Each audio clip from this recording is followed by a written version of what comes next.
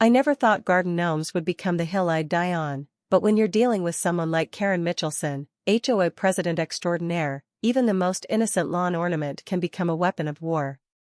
It started on a perfectly ordinary Saturday morning. I was unloading my car after a trip to the garden center, carefully positioning a cheerful ceramic gnome beside my rose bushes. He had a red hat, a white beard, and a fishing pole. Adorable, harmless, exactly the kind of whimsical touch my front yard needed. I stepped back to admire my handiwork when I heard the sound that would soon haunt my dreams, the click-clack of sensible pumps on asphalt, moving with purpose. Oh no. Not already. Karen materialized at the edge of my driveway like a polyester-clad apartheid, her clipboard clutched to her chest like a shield, her reading glasses dangling from a beaded chain that screamed, "I need to speak to your manager" energy. Her hair was set in that specific suburban helmet style that defied both gravity and current fashion trends. "Excuse me," she said, her voice dripping with artificial sweetness that barely concealed the vinegar underneath. "I couldn't help but notice your new yard decoration." I forced a smile. "Oh, you mean Mr. Whiskers? Cute, isn't he?" Her expression suggested she found him about as cute as a tax audit. "Actually, I'll need you to remove that immediately." Section 7, Paragraph 3 of the HOA bylaws clearly states that all lawn ornaments must be approved by the Architectural Review Committee before installation. Before you judge my channel, make sure you hit that like button and subscribe to Karen Eat World, because trust me, this story is just getting started, and you won't want to miss where this Gnome-related drama is headed. Now, back to Karen and her clipboard of doom. I blinked at her. It's a gnome. It's 8 inches tall. I'm pretty sure the founding fathers of this HOA weren't losing sleep over garden gnomes when they wrote those bylaws. Karen's smile tightened until it resembled a poorly drawn line. The rules exist for a reason. They maintain property values and neighborhood aesthetics. I'm sure you understand. She wasn't sure of anything except her own authority, but I decided to play nice. "Okay, how do I submit it for approval?" She produced a form from her clipboard with the flourish of a magician pulling a rabbit from a hat. "Fill this out, submit it with a $50 processing fee, and the committee will review it at our next monthly meeting." $50? For a gnome that cost $12? "Rules are rules," she said, her voice singing with satisfaction. "I'll expect the gnome removed by end of business Monday. Have a blessed day." I should mention at this point that I'm not exactly hurting for money. My late father had been a patent attorney who'd made some very smart investments in tech startups during the dot-com boom. The smart ones. I'd inherited his mind for legal details and his portfolio. I worked remotely as a consultant for intellectual property law, which meant I had time, resources, and a very thorough understanding of how rules actually worked versus how people like Karen thought they worked. But I'm not a monster. I tried the reasonable approach first. I removed Mr. Whiskers, filled out the absurd form, and submitted it with a check for $50 that made my eye twitch. I even included photos from multiple angles and a written statement about how the gnome enhanced the garden's visual narrative while maintaining the neighborhood's commitment to tasteful landscaping. 3 weeks later, I received a formal letter. Application denied. Reason: gnomes are considered kitsch and detract from the sophisticated aesthetic our community strives to maintain. I called Karen directly. "You've got to be kidding me. The Hendersons have a 3-foot flamingo." "That's a pink flamingo," Karen explained with exaggerated patience, as if speaking to a small child. "Flamingos are tropical birds and therefore garden appropriate. Gnomes are mythical creatures and tacky. Mrs. Chen has a Buddha statue." "Religious expression is protected," Karen said primly. "Then I'll claim Mr. Whiskers is religiously significant to me." "Don't be ridiculous." "I'm sorry, but the decision is final. And frankly, your attitude about this is concerning. The HOA exists to maintain standards, and if you can't respect that, perhaps this neighborhood isn't the right fit for you." That's when I realized Karen wasn't interested in rules or standards or property values. She was interested in control. In being the person who said yes or no, who had the power to make people jump through hoops, who could lord her tiny kingdom over everyone else. The gnome was irrelevant. My compliance was the point. So I decided to comply. Extensively. I started by doing what I do best, research. I spent the next week reading every single page of our HOA bylaws, covenants, and restrictions. All 247 pages of them, including amendments, addendums, and that bizarre section about water features that I'm pretty sure someone added after a very specific incident involving a koi pond. I made notes. I cross-referenced. I looked up the original property deeds and the development plans from when the neighborhood was built in 1998. What I found was a gold mine of poorly written legalese, contradictory clauses, and loopholes you could drive a truck through. Or, more specifically, loopholes you could drive a whole army of garden gnomes through. See, Section 7, Paragraph 3 did indeed restrict lawn ornaments. But Section 12, Paragraph 9 protected educational displays and natural wildlife habitats. And Section 15, Paragraph 2 specifically encouraged horticultural excellence and botanical diversity. There was no clear definition of where garden decoration ended and educational display began. And that, friends, was my opening. I made a phone call to my friend Marcus, who ran a landscape architecture firm in the city. How would you like to design something absolutely ridiculous but technically perfect? Those are my favorite projects, Marcus said. What are we talking about? A garden. A very specific, very educational garden. With gnomes. I'm listening. Over the next 2 weeks, Marcus and I designed what we called the International Garden Gnome Heritage and Educational Display.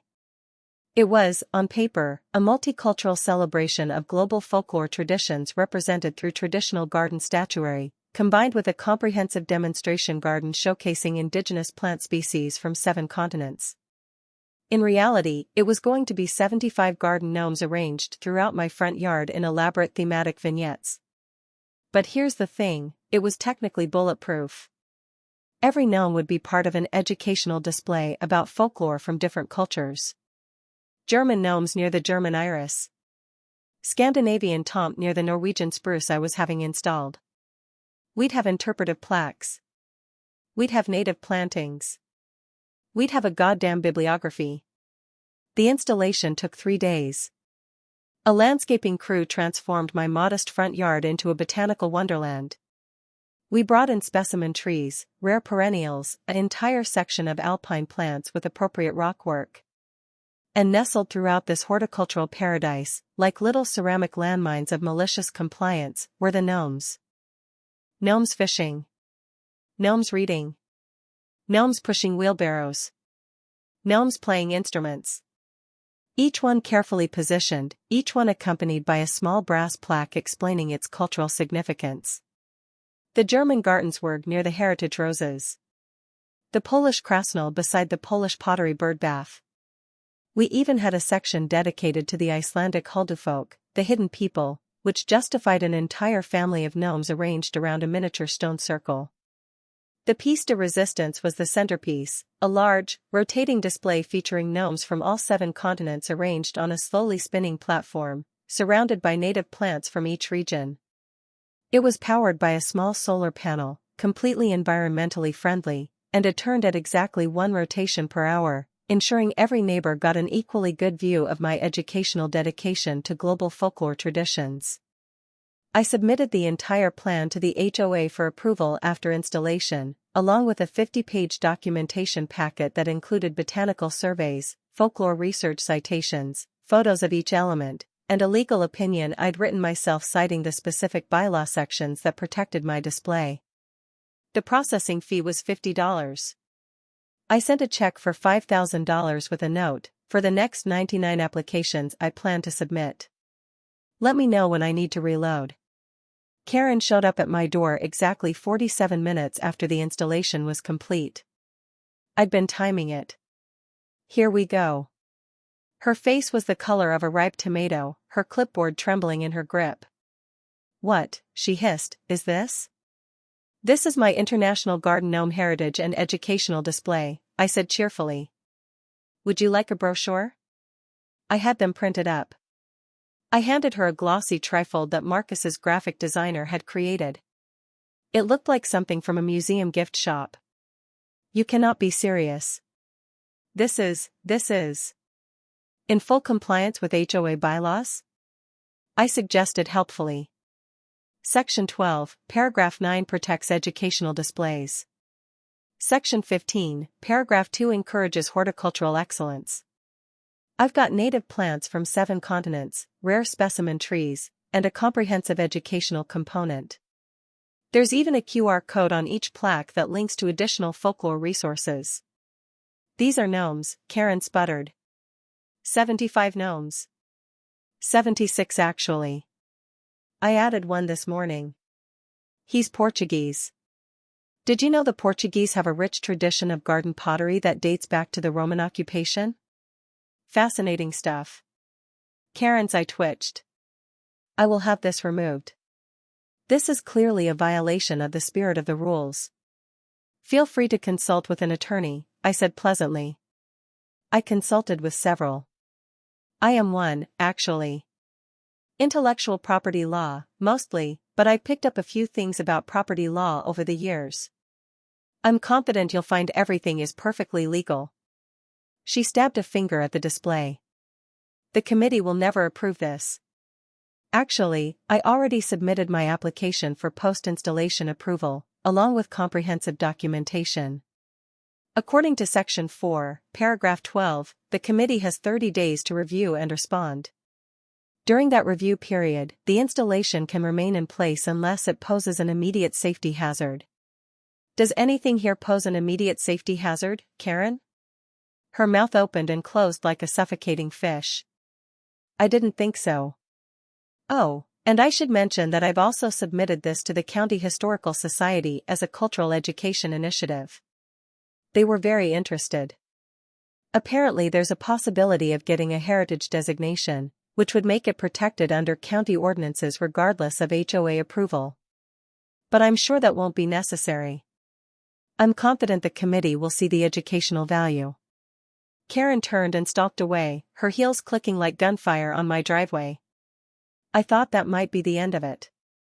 I was wrong. Over the next 2 weeks, Karen launched a campaign of petty harassment that would have impressed a Cold War intelligence agency. She measured my grass height with a ruler, cited me for weeds that turned out to be native wildflowers I'd planted intentionally, and claimed my mailbox was 0.3 inches too far from the curb. She sent me violations for my trash cans being visible from the street for more than 12 hours on collection day, even though I'd brought them in within the specified time. She disputed this, claiming her watch was correct and mine was wrong. She started showing up at random times with a camera, documenting every minor imperfection she could find. A fallen leaf on my driveway. A spider web on my porch light. She sent me a violation notice because one of my gnomes had fallen over during a windstorm, claiming it was unmaintained landscaping. I fixed every issue immediately and responded to every violation with polite, detailed explanations and photographic evidence of compliance. I was the model of respectful cooperation. Which, I could tell, was driving her absolutely insane. Then she made her mistake. She called the county zoning office and reported that I was running an unauthorized commercial enterprise from my residential property. Her claim was that the educational display with its brochures and QR codes constituted a business operation. A zoning inspector showed up, looked around, scanned a few QR codes that led to free educational content, took one of my brochures, and told me everything was fine. Not only was it fine, he said, but the display was one of the most impressive private gardens he'd seen in the county. You should enter this in the Master Gardener competition, he said. This would definitely place. I thanked him for the suggestion and filed his report away. Then I made some calls. See, when Karen filed that false zoning complaint, she'd created a document trail with the county. A government record of her making an unfounded accusation. That was going to be useful. But what really set my plan in motion was what happened 3 days later. Karen sent a mass email to the entire neighborhood declaring that she was calling an emergency HOA meeting to discuss the ongoing violation of community standards and the flagrant disrespect for neighborhood aesthetics currently on display at 23 Maple Drive. That was my address. She was calling a special meeting specifically to complain about my gnomes, except she couldn't say gnomes because that would sound petty, so she used phrases like excessive ornamentation and visual pollution. The meeting was scheduled for 7 p.m. on Thursday. I marked my calendar and started preparing. I showed up 15 minutes early with my laptop, a projector, and a presentation that would have made my father proud. The community center was already filling up with neighbors, most of whom had driven past my house and were clearly curious about what the fuss was about. Karen started the meeting by showing photos of my front yard and describing how it violated the spirit of tasteful landscaping. She used the word monstrosity 3 times. She implied I was deliberately trying to lower property values. She suggested I had mental health concerns that were manifesting in obsessive behavior. When she finished, she looked at me with a smile that could cut glass. "Would you like to respond?" "I would, thank you." I stood up, connected my laptop to the projector, and brought up my presentation. I prepared some materials that I think will help clarify the situation. For the next 20 minutes, I walked the entire HOA through the legal framework of my garden. I showed them the bylaws that protected educational displays. I showed them the botanical surveys proving every plant was appropriately chosen and maintained. I showed them the folklore research, the cultural significance of garden gnomes in different traditions, the educational value of the display. Then I showed them the county zoning inspector's report, which explicitly stated that not only was my garden in compliance with all local ordinances, but that it was an exemplary demonstration of horticultural knowledge and cultural education. Then I showed them something else, a timeline of every violation notice Karen had sent me in the past 2 weeks, cross-referenced with the actual HOA bylaws, with photographic evidence that I had been in compliance with each one. "I understand that my garden is unconventional," I said. "But it's also legal, educational, and maintained to a higher standard than anything else in this neighborhood. What's not legal, however, is harassment. Filing false violations. Making unfounded zoning complaints. And according to Section 8, Paragraph 4 of our bylaws, HOA board members can be removed for abuse of authority or harassment of residents." The room went very quiet. Karen's face had gone from tomato red to sheet white. "I'm not asking for Karen to be removed," I continued. "I'm just asking that we all follow the rules as they're written, not as we wish they were. My garden stays. Karen's harassment stops. Fair?" There were murmurs of agreement around the room. Several neighbors were nodding. I could see Karen's power slipping away in real time. The vote was 32-3 in favor of keeping my garden. The 3 votes against it were Karen and 2 of her friends on the board. I thought that would be the end of it. It wasn't. Karen became obsessed. She drove past my house multiple times a day. She took photos. She created a Facebook group called Concerned Citizens for Neighborhood Standards that was just her posting increasingly unhinged rants about my gnomes. She started a petition to amend the HOA bylaws to specifically ban gnomes, but she needed 75% of homeowners to approve bylaw changes, and she couldn't get more than 5% to even respond. Then she escalated to what I can only describe as biological warfare. I came home one afternoon to find that someone had scattered birdseed all over my front yard, specifically concentrated around the gnome displays. Within hours, I had every pigeon, crow, and starling in a 3-mile radius treating my garden like an all-you-can-eat buffet. Bird droppings covered the gnomes, the plaques, everything. I cleaned it up, installed motion-activated sprinklers, and set up a security camera. The next week, someone spray-painted Gnome Lover on my driveway in washable chalk. The camera caught a figure in a hoodie doing it at 2 a.m. The figure was wearing sensible pumps.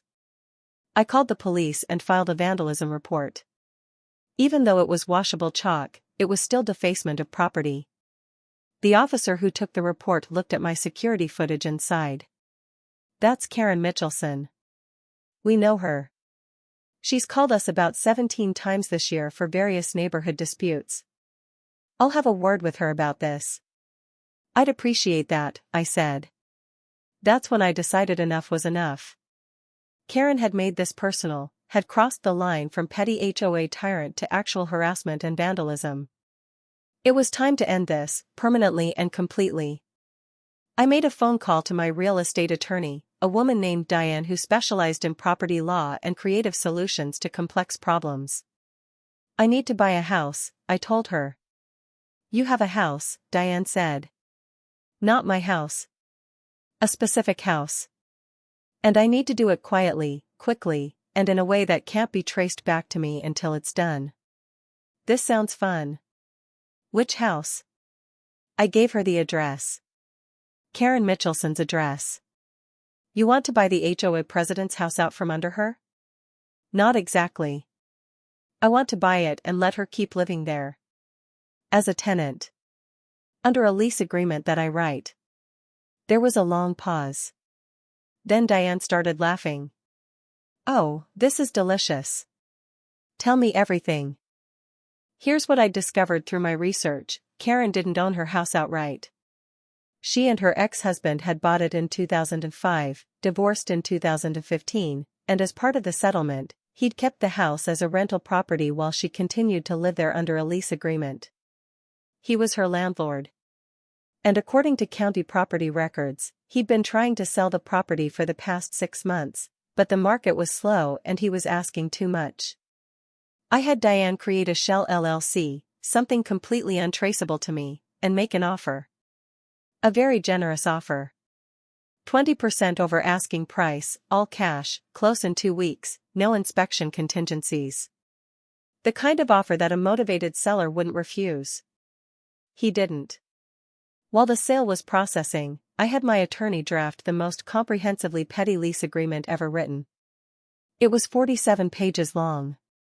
It covered everything from acceptable paint colors to lawn maintenance schedules to acceptable window treatments.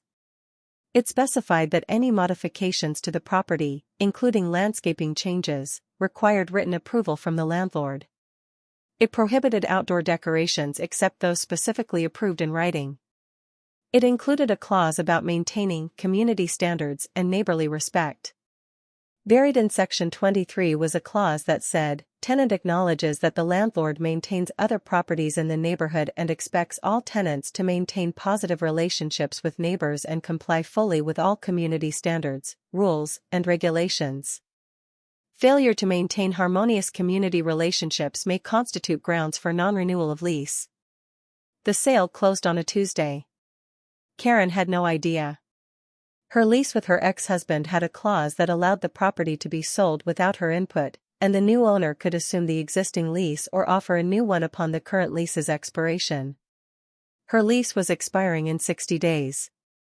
I had Diane send Karen a letter from the LLC informing her that the property had been sold, her current lease would not be renewed, but she was being offered a new lease agreement at a 15% increase in rent, which was actually below market rate for the area. Generous, even. The letter included the new lease agreement for her review. I waited. 3 days later, my phone rang from a number I didn't recognize. This is Karen Mitchelson, and I need to speak to whoever owns Maple Street Properties LLC immediately. I let it go to voicemail. She called 6 more times that day. She sent emails to the LLC's registered address. She showed up at the property management office Diane had listed, only to find it was a virtual office with no one actually there.